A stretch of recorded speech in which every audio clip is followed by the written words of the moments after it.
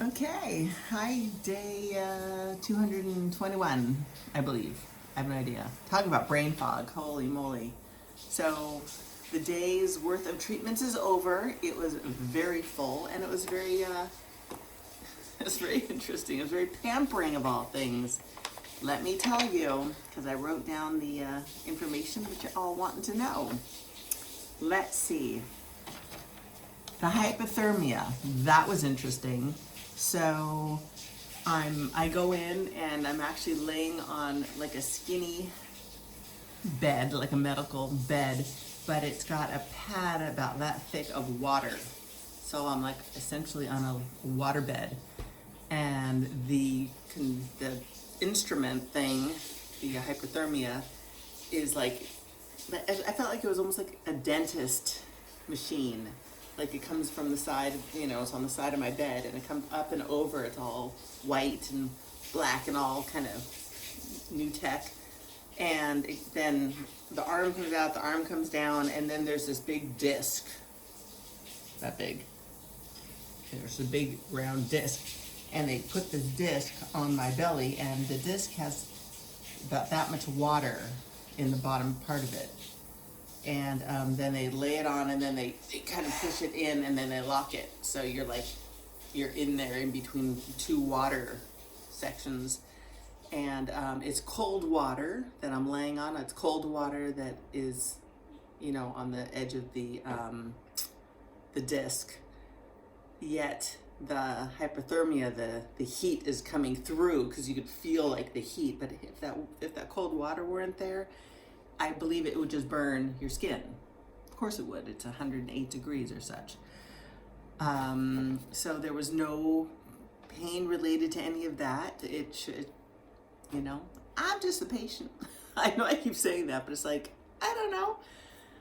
I'm just going to say, yes, it's working, because that's what we are here for, is for it to work. So that was about an hour. And during that hour, I was receiving an IV in my port of vitamin C, high potency vitamin C.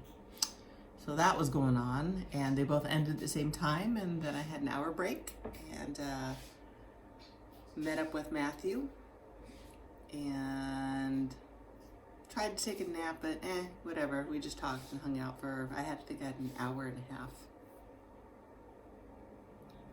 I don't remember. The day is a blur. Thank God I wrote these things down. Then, so let's see, after I did that, then I went in for basically it's energy work. The lady was a holistic energy person.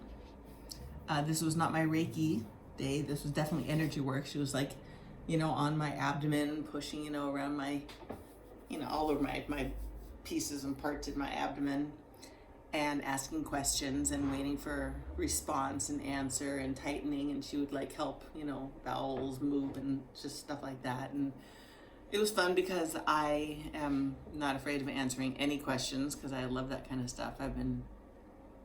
Bring it. I'll tell you whatever you want to hear. And she was hoping for, it's easier to work with somebody that hasn't had this work done before, because then it's like, whoa, miraculous. But I've totally done these things before. I'm from California. We all kind of do these things. Energy work, massage, Oh, here comes Matthew. He's coming out of the shower. I'm gonna have to block the camera. Anyway, so that was fun. She was a kick. She was a total kick. And she also said, so what, as she was doing her thing, she says, what did you do? What major thing happened last year? And I'm like, COVID shot. And she says, yeah, I feel that, there's a lot of stuck toxins, and that's why you're here, we're gonna get those out of your body. And I'm like, and she says, and chemo started, yeah. Anyway, in politics. And then I said, she says, but you feel very stuck. I've been told that before too. I'm like, well, yeah, I have an issue with my upbringing. It was a challenging upbringing, and I had to become extremely independent and take care of myself all the time, as well as my mom. Quite honestly, I never learned how to ask for help, and she says I can sense that you want to do it all yourself, and it's really important to let people help you and not feel like you owe them for letting them help you. And I said, that honestly has been my biggest lesson so far, is allowing the help, allowing the gifts, allowing what people want to bring, whether it's love, whatever, just allow it and accept it and be grateful and thankful. And I'm like, that has been my biggest challenge, because that started from when I was born. So I had to deal with all that on my own. Hi! I will block the camera. Do you want to get clothes on? It's not facing that way. Poor thing, he's stuck in the bathroom. Oh, that's funny. Anyway, you don't need to hear about all my psychology. Just it's fun when it's fun letting this information out that is cancer causing. And she specifically said, that is very cancer causing, and the areas that you've got cancer are definitely determining that's what is happening. And it could be just pent up anger, a lot of anger. And I'm like, I know this. And yes, that is definitely what I've been getting out of this entire experience is finding ways to release all that stuff, because I don't want it, never wanted it, didn't know how to get rid of it, because when you're a kid, you just inherit all these things, all these goods and bads, and my particular bad caused cancer, or so. So, okay, on to the next one, because I can ramble on with that one, and I don't wanna. Okay, so from the energy work, then I went into reflexology with my feet. So that always feels good. It was a little light, a little harder massage next time I'll say, because I think I get it tomorrow too. And go, can you push a little harder? I'm used to these Chinese foot massage places, or these Thai foot massage places. I used to go almost every week, and man, they can like take their knuckle and they're like in the bottom of your feet, and you're like, ah. Okay, his was very soft and gentle, but I felt like there was a lot of motion, there was a lot moving. People here are really freaking sick, and then I look in the mirror and I'm like, oh my God, I'm one of those people, but I don't feel horribly sick. So this whole thing is just weird to me. This whole having cancer is just weird, because I look around and thank God, I'm not gonna win every moment. Trust me, believe me, I'm so uber grateful that I just don't feel bad. And I've gained my weight back, so I don't look horrible. And I feel great. And I'm running stairs. That's another story. I'll finish this and then I'll tell you what we did yesterday, because it was really fun. Really fun. Okay, reflexology. Then I went into at the same time they put this it was like an herbal pad plugged in something, and it lay on my liver. He says this is healing your liver. Okay, great. Then came back, had lunch. Matthew went and got lunch and brought it back up to the room for me, rather than going down to the dining area. And that was delish. And then it made me really tired, but I didn't have time to sleep, because then I had to rush off back over to the treatment area for the first training. Was for an hour, and I sit in a massage chair. It was a very difficult day. And they put a mask over my nose and mouth, and for the hour I am put into I'm getting less and less and less and less oxygen, and it's equivalent to 3,000 feet in altitude in the hour that I've just climbed, but I'm not moving. It's just that's how much the amount of oxygen is being taken from my breathing. There he is. And what it's doing is it's forcing my body to work harder, for the oxygen, for every heartbeat, for every, to live. Then I go from there into my foot bath. And that was whatever, that was interesting. They put, your feet in this little thing with a little ionizer, and they put a little salt in there, and, you watch your feet in this nice warm bath, and then the water turns darker and darker and darker. And apparently that's supposed to be detoxing all the metals and stuff out of your body. Love hearing that. Do I necessarily think that's what's happening? I don't know, but I can be a little bit of a cynic at times, because I was looking at it and I'm thinking, does everybody have this much in their bodies? Because that would be interesting if it were individual, like if I'm all alone in this room. It's a really pretty room, very, very therapy-esque area. Anyway, long story short, yes, my water turned brown. I was done with that particular session. Great. And they don't speak a lot of English, so I couldn't really ask these questions, so I've got no answers, which is actually easier. So it's better just to believe, look what I have. Because I asked the guy, is it always, or I go, what did you just pour in? Because I like all this information. And it says salt. And I thought, oh, okay, so salt water bath for my foot, and the ionizer is doing what? And that's when he's just like, what? So here's actually a photo of what they look like. And it was clear water, and then by the time you're done, the water turns brown.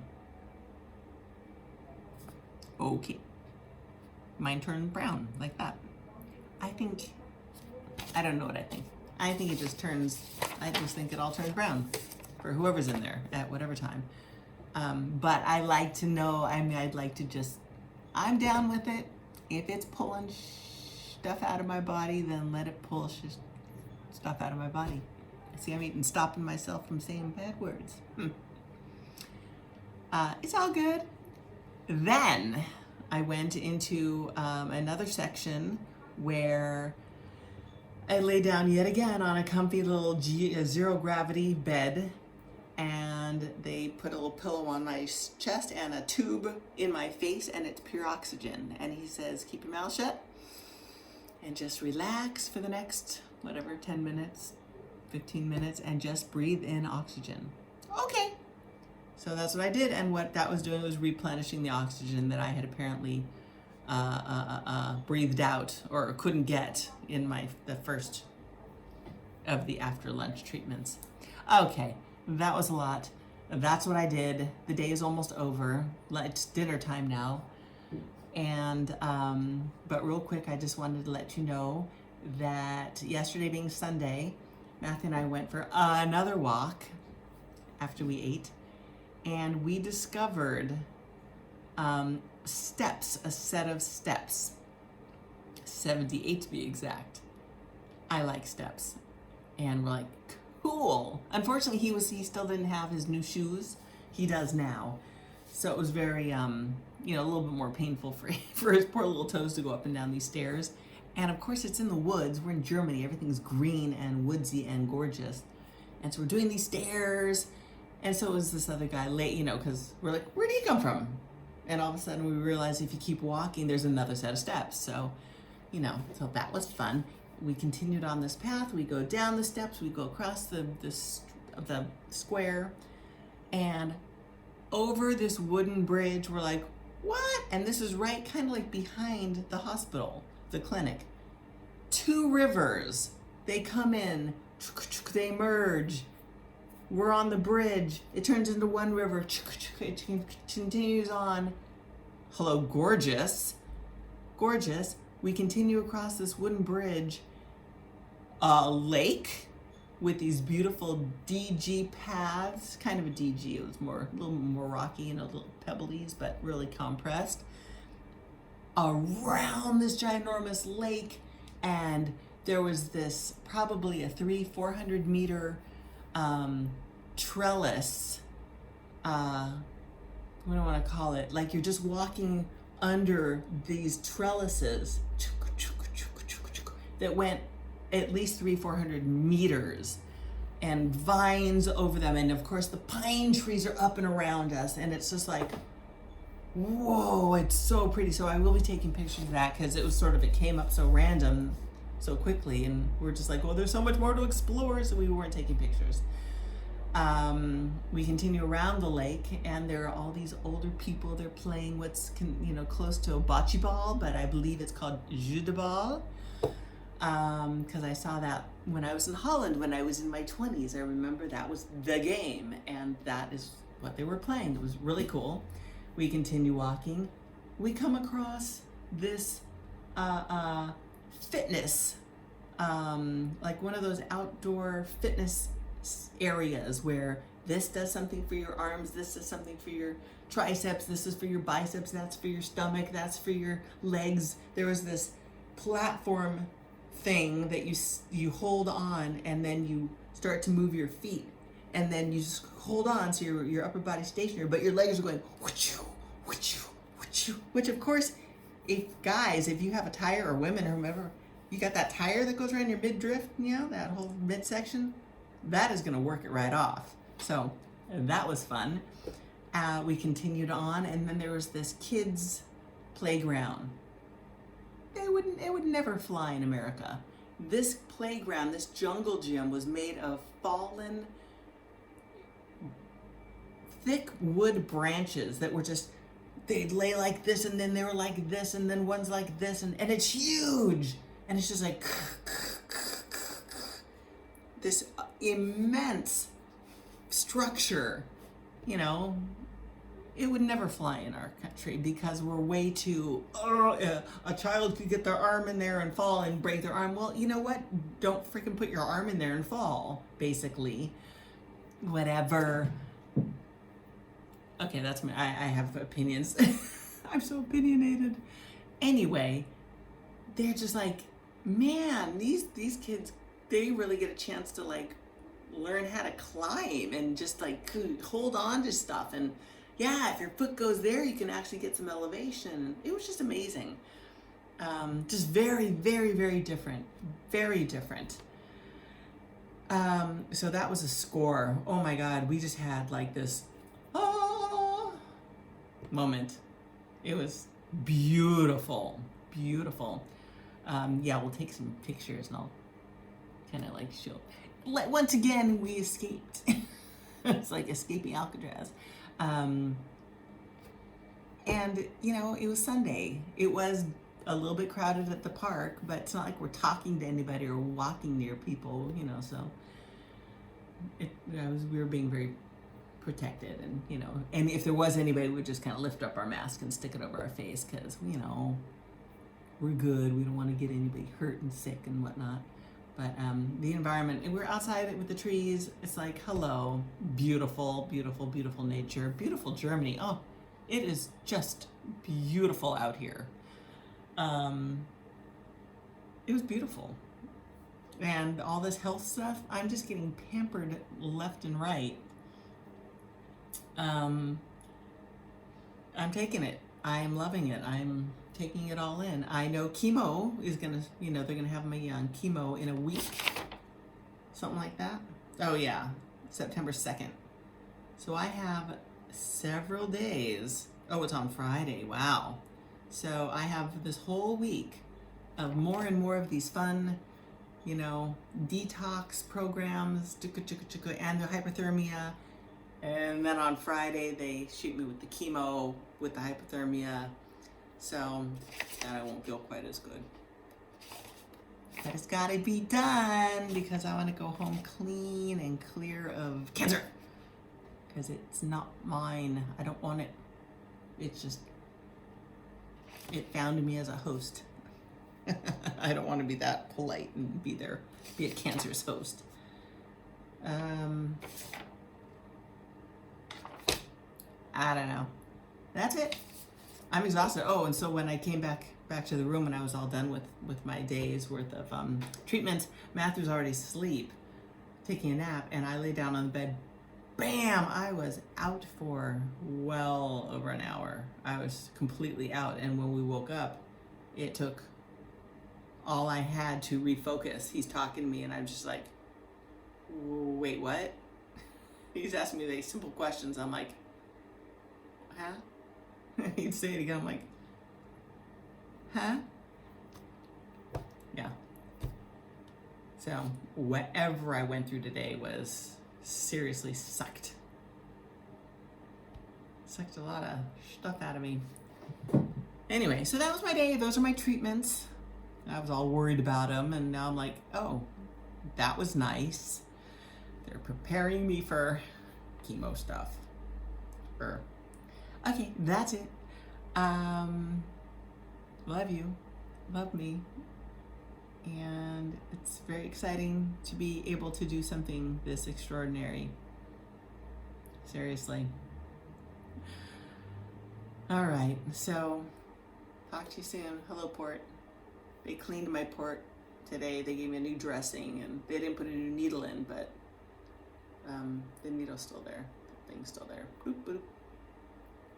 But they'll do that, I think, tomorrow or something. They change the needle every few days, 3 days or something. It's all good. Okay, bye. Love you. Love me. Talk to you later. Bye.